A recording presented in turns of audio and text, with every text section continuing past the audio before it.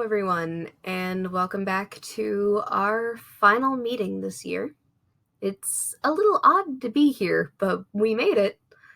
I figured for this last class, because I've shared pretty much everything I can think for what you'll need to learn how to accomplish for writing in a college setting, I wanted to share some tips for succeeding in a college setting. I wanted to share some of the things that I've learned over the past 6 or 7 years of being in college. Some of the things I learned that helped me and that may help you. These are just a few things I found that have helped me. They may not provide you with the same level of success, as everybody is different. But still, give these tips a shot. Apply the tips that you think will help out the most. The ones that will work with your learning style. And if there's a tip in here that you think that absolutely will not work, don't worry about trying it. There's no pressure to try either way. So some tips that I've found for whenever you're actually in the classroom, whenever you've finally gotten a chance to meet all of the other students that you'll be interacting with for the next, 16 weeks? 8 weeks? 8 weeks. 8 weeks, that's how long a quarter is. For the next period of time that you'll be taking that class, let's put it like that. First off, if you can on the first day, but at some point in the class, find someone in your class who you can exchange an email address, a messenger username, or phone numbers with. The reason why, find a couple of people if you can, but at least find one person. The reason why I say that is because you and that person will become buddies, pretty much. You'll both make sure that you guys get notes, no deadlines, and of any potential changes that are announced if you've missed a class. This is where you can text your buddy, or your buddy can text you and be like, hey, the assignment deadline got moved up a week, or it got pushed back a week, so you don't have to worry about doing that paper this week. It's due next week. This is also a way for you to make sure that you get the notes for the class. That way you can figure out what may have been shared during lecture that may not be in your books. The second thing I have to share is learn to take notes and learn what note-taking strategy is good for you. There's a lot of forms that come with note-taking. Some people really like bullet points of the most important things that are shown. Some people like to fully write out the lecture, and some people like to just take shorthand notes of a mixture of the bullet points and fully written out. It's important for you to figure out exactly what one of these note-taking strategies helps, because it can help you whenever you have to go back through your textbooks or anything like that. Also, look into recording lectures. Even if you don't learn, I say if you learn more audibly, but even if you don't learn audibly, recording the lectures can help you to go back through them, listen for anything you might have missed while taking notes, and things like that. Talk to your professors and see if you can record the lecture so you can listen back to it. Some professors are really chill and will allow you to record it no problem. Other professors are not so chill and won't allow this. But if you can record the lectures, do it, primarily because it can help you to learn the material one other way besides just reading the material. And it can also help to make sure that even if you are taking notes, even if you are reading, you haven't missed anything that you just didn't hear. Don't be afraid to raise your hand if you have a question in the classroom. This sounds really obvious, but for a lot of people with anxiety or who just really don't like public speaking, it can be very difficult to kind of force yourself to just raise a hand. Sometimes everyone doesn't understand what's going on in a classroom, but nobody wants to say anything. So by raising your hand and asking your question, you may actually be voicing that question for multiple people who were also worried about raising their hands. If you're still worried about interrupting or speaking in public, just write down your question and ask your professor after class. A lot of professors will stay in the classroom. Unless if they have somewhere really desperate to be, a lot of professors will stay in the classroom for another 5-10 minutes to answer any questions after lecture that people may have had, or to clear up any issues with assignments, things like that. Please feel free to bring up your question to your professor at the end of class. That's another good way to get that information, that clarification, without having all of the pressure of speaking in the middle of class. Some tips for studying: develop a routine. Find a place that you're comfortable studying in and go through the same routine each time you set up to study. Whether that be bringing up your laptop, bringing up a specific playlist of music that you only listen to while studying, buying yourself a coffee as a treat before you start studying, things like that. Get yourself a routine. By giving yourself that routine, you train your brain to realize, oh, okay, we're starting to study now.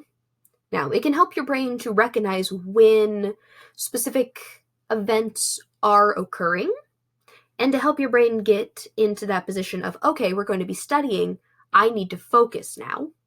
Now, those moments can really help. Put on some music or find a place like a coffee shop if you need a little bit of noise in the background. Whenever I was at USF, I would always go down to the Starbucks at the library because it was just the right amount of noise for me to actually feel like I'm focused. If you need quiet and you can't find it in the dorm or at apartment or at home, depending upon your living situation, go to your campus's library. A lot of libraries on campus are 24 hours. I know the one at USF was. So that is an option if you need to study late. Also, one thing that can help is to pick a day to study, do work for each of your classes. Like Monday is class A, Tuesday is class B, and so on and so forth, depending upon how many classes you have. If you have a lot of classes, this may not help. But if you have classes that alternate Tuesday, Thursdays, Monday, Wednesdays, this can help to make sure that you're prepped for the class tomorrow. It may also not be possible if you have a class that requires a lot of work. You may need to budget some time throughout the entire week to be able to complete the assignments for said class. But if you can, pick a day that you want to focus on that specific subject and do so. It can also help to your brain to be like, okay, today we're going to be studying math. Then tomorrow we're going to be studying English, and so on and so forth. Figure out if you do better studying by yourself or with a friend. Sometimes studying with a friend can really help to clarify things you didn't know that they do. It can help to have somebody there automatically to be able to answer questions. But if you are somebody who you'll just get into conversations with that person constantly, I'm one of these people, by the way, it may be better to study alone, as it can be distracting if you aren't careful about it. Figuring out which you are can help. Especially because having a friend studying there with you can also count as an accountability buddy. I'm a person who, whenever I study, I work better by myself. But if I'm working on a project, it helps to have somebody with me, because they can serve as an accountability buddy and go, Noelle, you've been checking social media for the past 30 minutes. What are you doing? Get back to work. Having that type of person can really help whenever you are studying or whenever you're trying to complete a paper or things like that. So that's one option that you can choose. Just kind of figure out if you're better at studying by yourself or if you're better working with a friend. Work in shifts. This is a big one I've learned towards the end of my time at college. The brain generally can focus on one task for about 10 to 20 minutes before attention really starts to drift.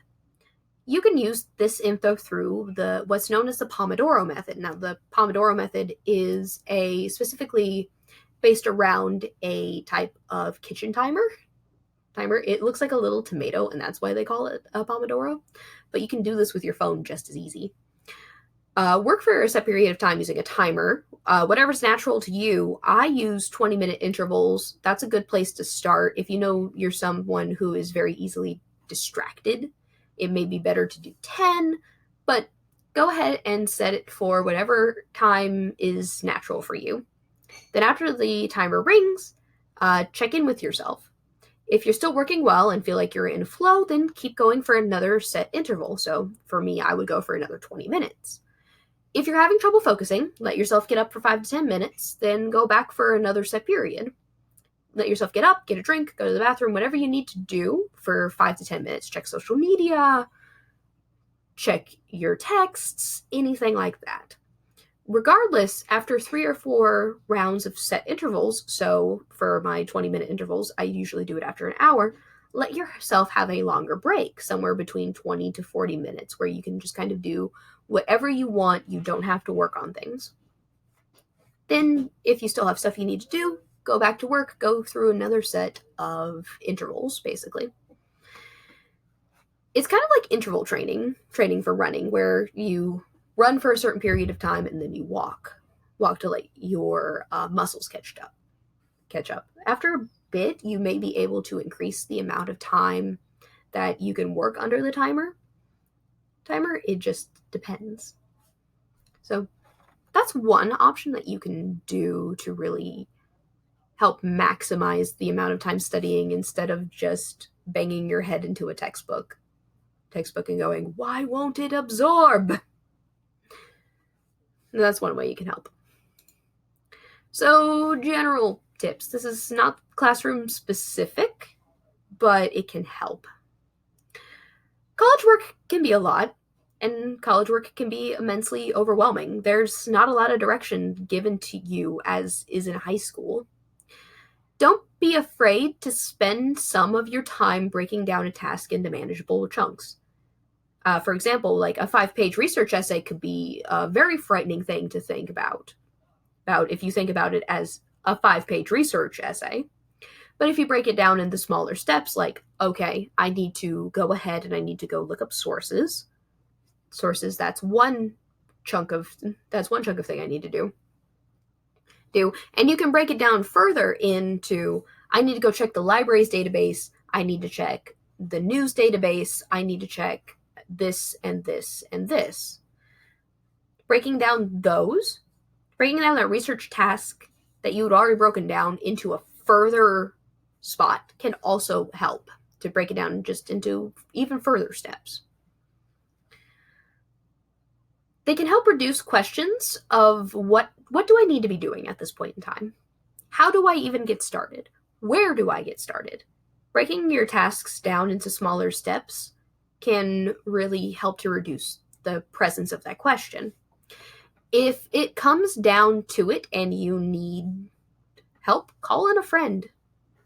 I have had times in college where I have gone up to friends, literal tears about to form in my eyes, being like, I don't know how to break this down. This is overwhelming. I don't know how to break this down. And we sat down, and I'm talking about my friend Liz. Me and my friend Liz sat down, and we broke down this task. We broke down this paper that we had to do. Because this was one for both of us in the class. But, like, it's helpful at that point to bring in a friend. Because sometimes just seeing the amount of work you have to do is just plain overwhelming. Even if you do break it down. Or you're not sure how to break it down. If all else fails, don't be afraid to contact a professor, or go to their office hours if you need more time, or if you're unsure of what to do for an assignment. If something comes up where you realize, oh no, I'm not going to be able to complete this assignment in the amount of time that I've been allotted. Or I am just completely stuck at this point, man. I have no idea what I need to do. I am completely lost. Help. If you get to that point, don't be afraid to email your professor or go to their office hours to see what they can do to help. I would recommend going with a specific question instead of just a general, oh, please help me. Help me, because that's more productive and can help them help you faster. But professors are there to help you succeed in your classes, and most will give you the help you need, whether that's more time, whether that's advice on how to get started, or whatever else you may need. Use the resources your college provides. A lot of you are going to either be on scholarship or are paying tuition, and a lot of these resources are things that your tuition is already paying for. Don't be afraid to use these resources. These resources exist for you to use if you need them. Most colleges have a writing lab that will go through your paper, help you edit them, help you figure out what sentences are rough, things like that. Most colleges also have tutors if you're struggling with a specific class or a subject. Go to these resources. They will help you immensely, and you're already, with a college education, you're already paying for these resources. Therefore, if you need them, don't be afraid to use them. Also, this is kind of obvious, but don't forget to budget time to relax or do something you enjoy.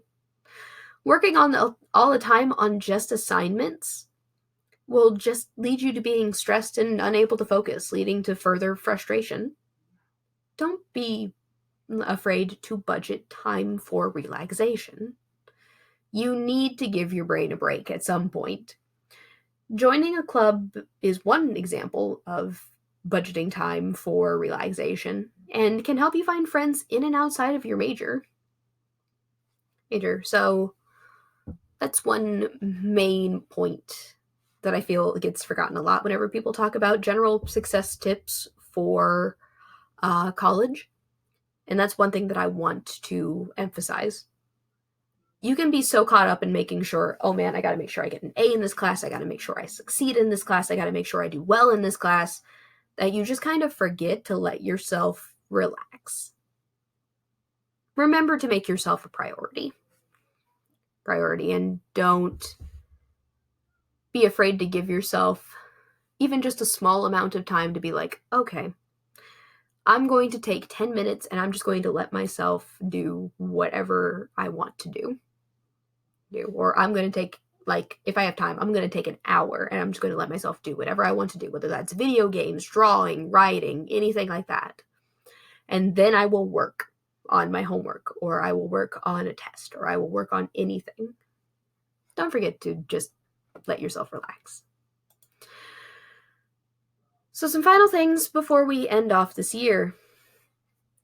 And this is really bittersweet. Thank you guys so much for being great students. You guys have been amazing, and you guys are probably the best class I could have asked for my first year here at ClassSource. Pat yourselves on the back. You all have done amazing this year, even in the face of extraordinary circumstances. You all have done amazing. So, like I said, pat yourself on the back, give yourself a round of applause, whatever you need. You all have done great. Thank you all for making this year amazing for me as a first-year teacher. If there's any assignments you'd like to turn in before the end of the year, if you know you're missing things, if there's any assignments you'd like to turn in before the end of the year, please do so as soon as possible. My final cutoff for turning in assignments is, and I don't have it written here, and I'll post it in the actual assignment where this video was linked. My final cutoff is Friday, May 22nd, 2020 at 11:59 p.m. That is Friday, May 22nd at at 11:59 p.m. That way I will have time to grade them before the ThinkWave system is closed for the year. Here. If you have anything you need to would like to turn in, if you have anything that you're missing and would like to contact me about or things you've turned in that you're not seeing on ThinkWave that I've just missed on accident, please contact me as soon as possible. The 22nd is the last time I'm really accepting submissions. So you still have time if there's things that you still need to get in, but please get those into me as soon as possible. Don't wait until the 22nd. If I don't have a class with you next year, please don't hesitate to stop by and say hi. I'd love to see you guys again. I'd love to see how you guys are doing and get caught up a little bit before I have to go teach. If you really want to come say hi, please come say hi. Don't hesitate to stop by. And also, the last thing I have to say is I hope you guys have an amazing summer. Thank you all so much. You guys are amazing. Amazing. Have a great summer. And I will hopefully see you all in August. Bye-bye.